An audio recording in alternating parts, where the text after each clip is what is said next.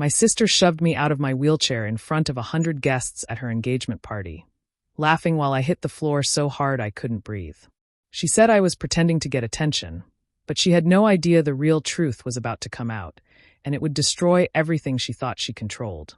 Stay with me as I walk you through what happened, and if this story hits your heart, I'd really appreciate your support. Now let me tell you how that night changed my life. I'm Maren Hale, 24 years old, and I'm still trying to recover from an accident that my own sister caused months ago. I can move a little, but walking for long periods is still impossible, so I mostly use a wheelchair. My sister, Retlyn, beautiful, loud, the golden child, was the one driving the night of the crash. She was texting, not paying attention, and we ended up hitting a guardrail so hard it spun the car around. I was the one who got the worst of it, and she begged me afterward to protect her reputation, saying no one would believe me anyway. Sadly, she was right. My parents backed her like she could do no wrong. Now she was getting engaged to Calter, a man with so much money my parents practically treated him like royalty. They acted like this party was the biggest event of the year. I didn't even want to go, but a part of me hoped maybe they'd treat me like family again. I was wrong. The moment I arrived, I could tell I wasn't welcome. My mom gave me a tight smile, my dad barely looked at me, and Retlyn rolled her eyes like I was ruining her perfect night just by existing. Calter tried to be polite, but even he didn't know what to say. People stepped around me like my chair was in the way, like I was blocking the view. Then came the moment everything broke open. The music was loud, people were laughing, and Retlyn was soaking up every bit of attention she could. She suddenly spotted me near the edge of the dance floor and walked over, smiling the kind of smile she only wore when she was about to be cruel. "Honestly, Maren," she said loudly, "you don't need that chair. Stop exaggerating. Everyone can tell you're milking it." Before I could react, she pressed her hands against the handles of my wheelchair and shoved. I hit the floor so fast the room spun. People gasped. A few hands moved forward to help, but no one seemed sure what to do. "And Retlyn?" She laughed. Actually laughed. "Relax, it's a joke," she said, waving her hand like I was being dramatic. But I saw their faces, her friends, her future in-laws, strangers who didn't know us. They weren't laughing. They were horrified. And that was the exact second I knew something inside me had snapped for good. That fall didn't just hurt my body. It lit the spark for the revenge she never saw coming. Retlyn and I were never the kind of sisters people imagine. No quiet nights talking, no shared secrets, no real bond. Even as kids, she treated everything like a competition she had to win. If I got a new dress, she wanted a better one. If I earned praise from a teacher, she'd find a way to outshine it. She wasn't just jealous, she was calculating. She learned early that a smile could hide cruelty, and she used that trick on everyone, especially me. I grew up knowing she'd do anything to stay on top, even if it meant stepping on me to get there. Thinking back now, I realize none of what happened recently was new. It was just the first time anyone outside our family saw what I had lived with for years. The real turning point came 4 months ago. Retlyn had insisted on driving us to a dinner she claimed was super important for her image. I didn't want to go, but she guilt me into it like she always did. We were barely 10 minutes from home when she picked up her phone to answer a text. I told her to stop, that it wasn't safe, but she brushed me off with her usual, "Relax, I've got it." She didn't. The moment she looked down again, we drifted across the lane. There was a horn, bright headlights, and then everything exploded. The car hit the guardrail so violently it felt like the world snapped in half. When we stopped spinning, she was barely scratched. I couldn't move my legs. The first thing Retlyn said wasn't, "Are you okay?" It was, "Please don't say anything. They'll think it's my fault. You know how much I have on the line." I was in shock, bleeding, terrified, but she kept begging, her voice shaking, her face pale. Not because she cared about me, but because she cared about the image she spent years polishing. By the time the ambulance arrived, she had already practiced her story. She told the paramedics she swerved to avoid an animal. And even though Jensen, the paramedic, seemed unsure, he didn't argue. My parents believed her instantly. Or maybe they just wanted to. Admitting the truth meant admitting their favorite daughter had destroyed the other one. I stayed quiet. I don't know why. Maybe I hoped protecting her would make her treat me differently. Maybe I was just too exhausted to fight. But as the weeks passed and I struggled through physical therapy, learning how to stand again, then how to take a few steps with support, I realized she didn't feel guilty at all. She never asked how I was doing. She only asked if I had told anyone the truth. That was the moment something inside me shifted. I couldn't walk without help. My left leg felt like it belonged to someone else. Every small movement hurt. But even with all that, a fire began to grow in me, a quiet, steady determination. I wasn't going to let her win anymore. And I wasn't going to keep her secret forever. When I finally worked up the courage to visit my parents after everything that happened, I didn't go there hoping for comfort anymore. I went because I needed answers. Answers I already suspected would hurt. Winona and Grady Hale never made it a secret who their favorite daughter was. But after the accident, that divide felt wider than ever. Still, a part of me thought maybe they'd at least try to understand what I was dealing with. The moment I walked through the door, though, I knew better. My mom glanced at my cane like it was an inconvenience, and my dad barely looked up from the news. I tried to explain how Rhetland's behavior at the engagement party went beyond cruelty, how she pushed me knowing I was still healing, how she humiliated me in front of strangers. Instead of concern, I got a heavy sigh from my mom and a shrug from my dad. "Marin, don't make everything dramatic," Mom said, waving her hand like my pain was an exaggeration. "Your sister has a lot on her plate." Dad chimed in with, "You know how she gets under pressure. Just let it go." Let it go. That was always their answer when it came to her. I told them again, calmly, that Rhetland caused the accident because she was texting. I told them she begged me to lie. I told them I was the one who had to relearn how to move. Their expressions didn't change even a little. Mom even said, "Bringing this up won't help anyone. Especially not your sister. She's finally building a good life." A good life for her. My life, the broken one, apparently didn't matter. That's when something inside me settled. Not in a soft way. In a cold, steady way. I realized they were never going to defend me. They weren't going to believe me. They weren't going to choose me. Not even when the truth was clear. So I stopped trying. Instead, I started preparing. After that painful visit, I began collecting everything I had avoided looking at for months. I pulled out my medical records, the ones that showed exactly what kind of injuries I suffered and how they lined up with distracted driving. I scrolled through old messages, finding the ones Rhetland sent right before the crash. My hands shook, but I took photos of everything. I even retrieved the pictures of the twisted car that I'd hidden because they made me sick to my stomach. Piece by piece, I built a trail she couldn't deny. During that time, I also reached out to Jensen Ward, the paramedic who had been there the night of the accident. I wasn't sure he would remember me, but he did. Not only that, he remembered how Rhetland tried to step away from the scene, insisting she couldn't be involved in anything messy. He had seen her panic. He had seen her guilt. Talking to Jensen made me feel something I hadn't felt in months, supported. For the first time, I wasn't completely alone. And with every bit of truth I gathered, I grew more certain of one thing. My family might not stand up for me, but I was finally ready to stand up for myself. I wasn't planning to overhear anything that day. I had gone to drop off a card at the bridal shop, hoping to avoid my sister and her crowd entirely. But as I stepped inside, I heard Rhetland's laugh, sharp, fake, full of the confidence she wore like perfume. I froze when I realized she was just on the other side of the curtain, chatting with her bridesmaids. I would have turned around, but then I heard my own name. "I swear," Rhetland said, her voice sugar-sweet and venomous, "if Marin stays crippled a little longer, Calter might finally agree to the bigger house. He feels bad for her. Men eat that kind of sympathy up." They all laughed. Every word hit me like a punch. She didn't care about my pain, my recovery, or anything I'd been fighting through. To her, my struggle was just a tool, something she hoped would last long enough to manipulate her fiancé into spending more money. I had always known she was selfish, but this was something darker. She wanted my suffering to continue because it benefited her. I stepped back before anyone saw me, but my hands were shaking. That moment changed everything. It wasn't just about the accident anymore. It wasn't just about her cruelty at the party. She was using me, hoping I stayed broken so her life could look shinier. Later that day, Jensen stopped by to check on me, something he had quietly started doing as he helped me gather pieces of the truth. I told him what I overheard, and he sighed like he wasn't even surprised. Then he told me something that twisted my stomach even tighter. "Marin," he said gently, "there's something I didn't tell you earlier. I talked to a friend who still works in emergency response. Parts of your accident report were changed. Someone paid to make it look less like distracted driving." At first, I felt numb, then angry, then sick. "Who?" I asked.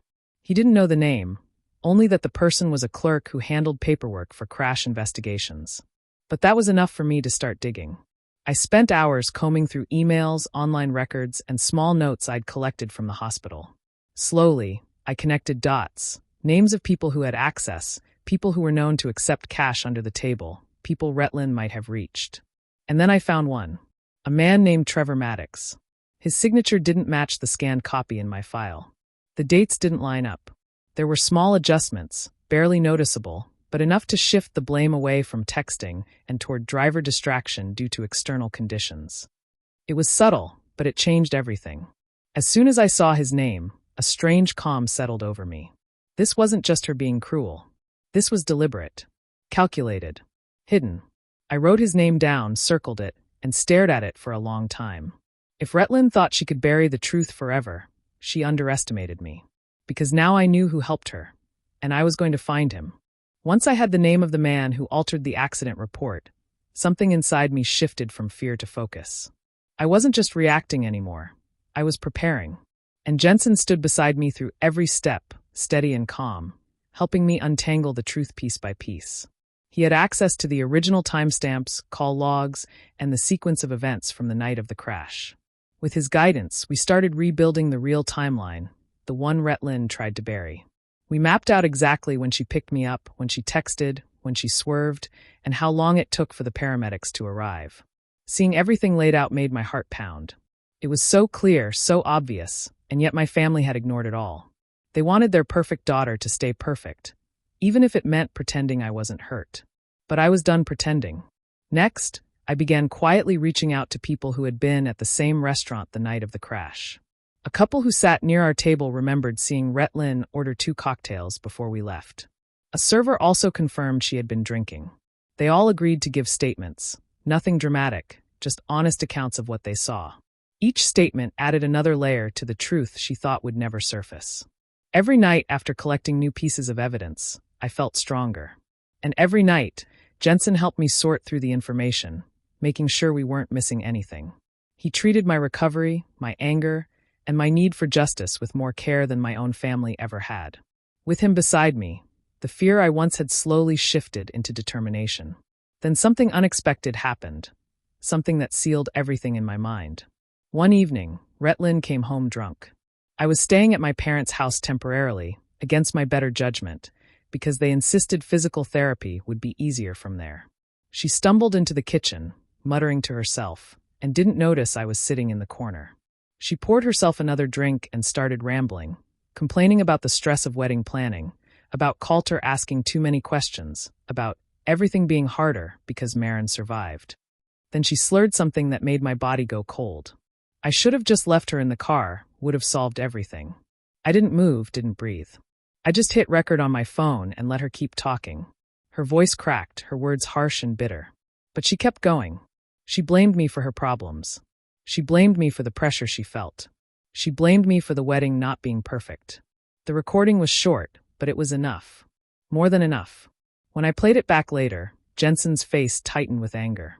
"Maren," he said quietly. She did this to herself. "You're not ruining her life." She already did. And he was right. As I looked at everything we had gathered, the statements, the timeline, the crash photos, and now the recording, I felt a realization settle into my bones.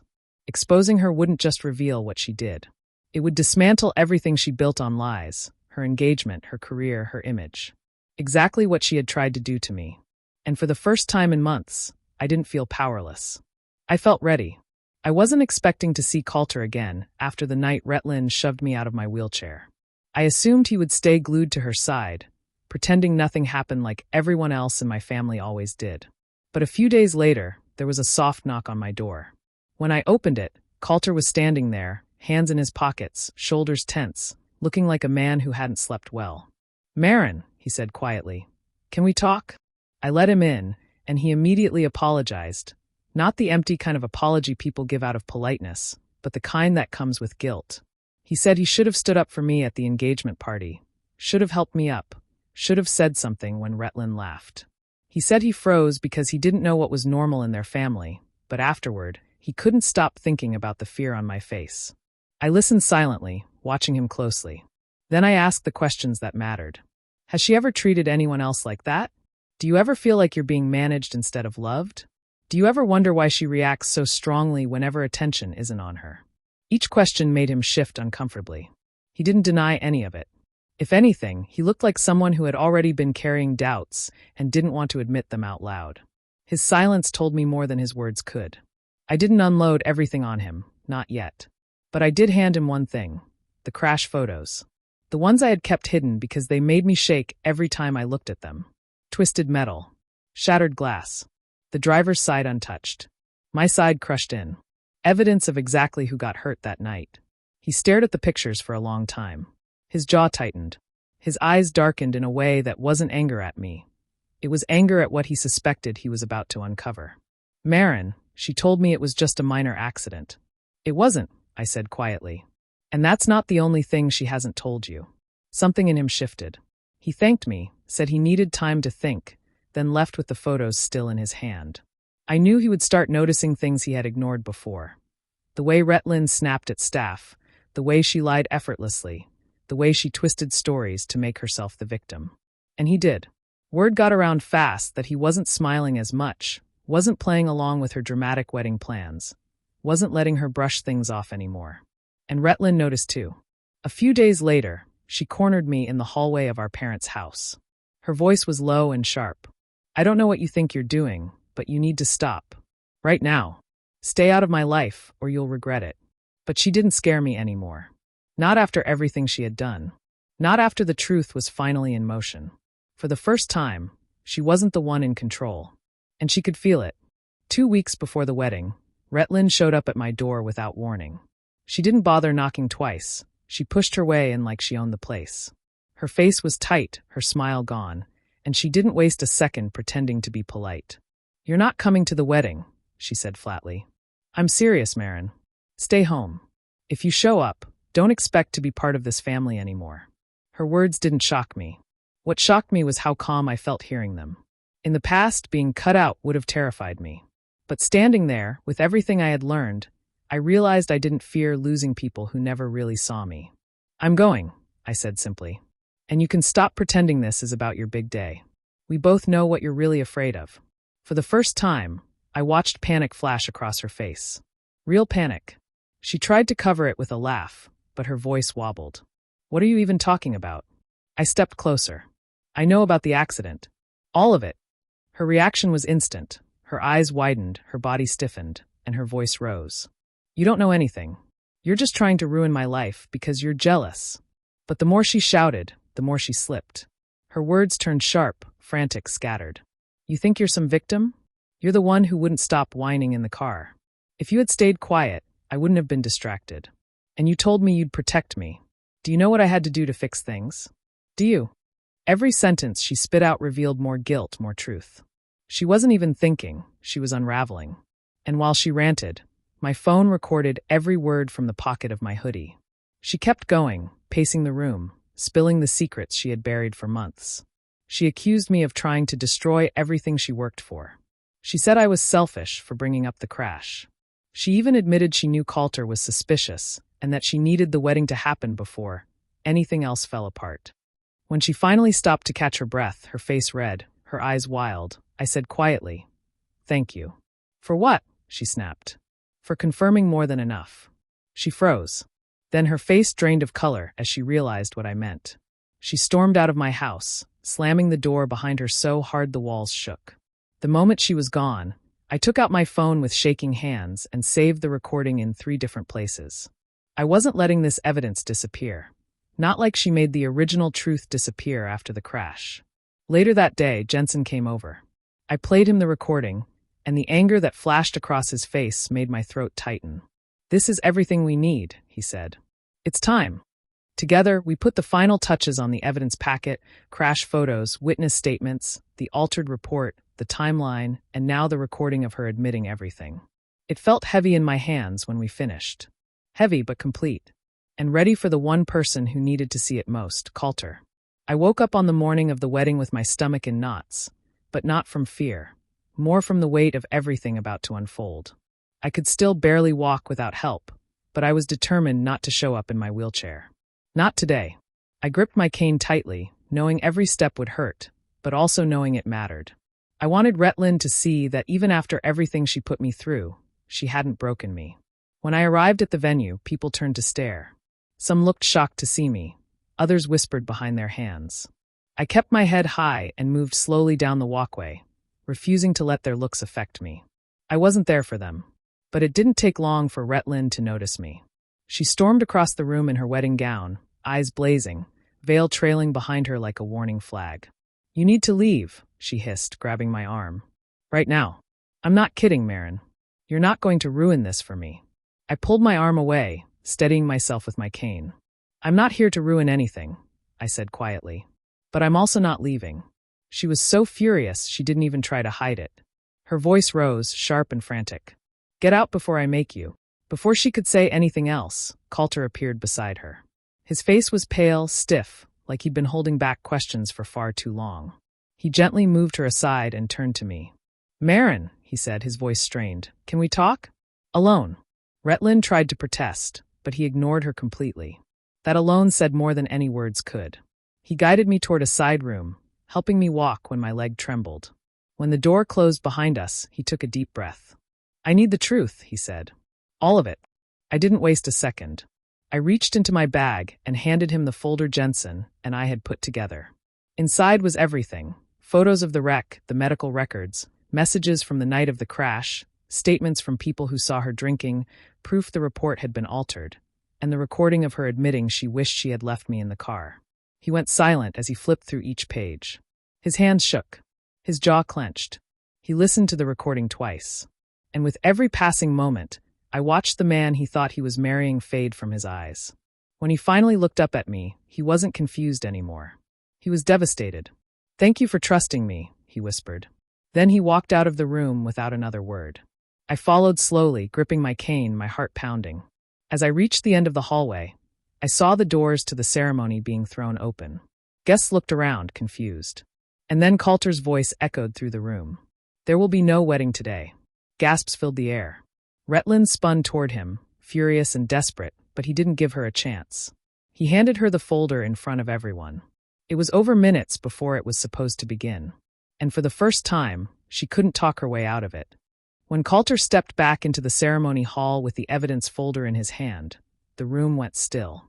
The musicians stopped, the guests whispered, and Retlin froze at the front of the aisle like someone had yanked the ground out from under her. Calter didn't look at her with anger. He looked at her like he no longer recognized the person standing in the dress he had paid for. He raised the papers in his hand. "Before anyone sits down," he said, voice shaking but loud enough to carry across the room, "there are things everyone here deserves to hear." Retlin rushed toward him, grabbing his arm. "Calter, stop. This isn't the time." He pulled away. "The time was months ago, but you chose lies instead." And then he began reading.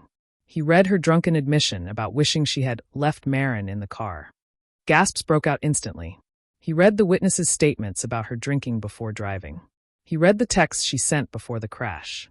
He even held up the altered accident report and explained how she bribed someone to hide the truth. Each word cut through the silence like a blade. The bridesmaids stared at her in horror. Calter's parents looked sick. Some of Retlin's friends stepped away from her like she was contagious. And the whole time, Retlin stood frozen, mascara trembling along her eyelashes, mouth opening and closing without sound. When Calter finished, the room exploded into murmurs. People pointed, whispering things she could finally hear. Did she really do that? She hurt her own sister? How could her parents let this happen? Retlin snapped. She pointed straight at me, her face twisted with rage. "She's lying. All of this is because she hates me. She wants attention. She always has. She's jealous." Her voice cracked as she stumbled through excuses and half-made-up stories. But no one was buying it. Not after the evidence. Not after hearing her recorded words. I stepped forward, leaning heavily on my cane. My leg trembled, but I didn't sit. Not this time. I stood in front of everyone, family, strangers, people who once pitied me, and lifted my chin. "Retlin," I said quietly, "you didn't break my body that night, but you tried your hardest to break everything else. And I'm done protecting you." Her eyes filled with panic. That was the moment she finally realized I wasn't afraid of her anymore. The room fell completely silent. "You taught me something important," I continued. If someone will hurt you once and smile while doing it, they'll do it again. And I'm not your shield anymore. That single sentence shattered her last piece of control. She sank into a chair, shaking, her perfect wedding makeup streaked down her face. Calter walked past her without a word, his parents following close behind. The bridesmaids gathered their things and left. Her friends backed away one by one, avoiding her eyes. And then came my parents. Instead of comforting her or apologizing to me, they stormed toward me with anger on their faces.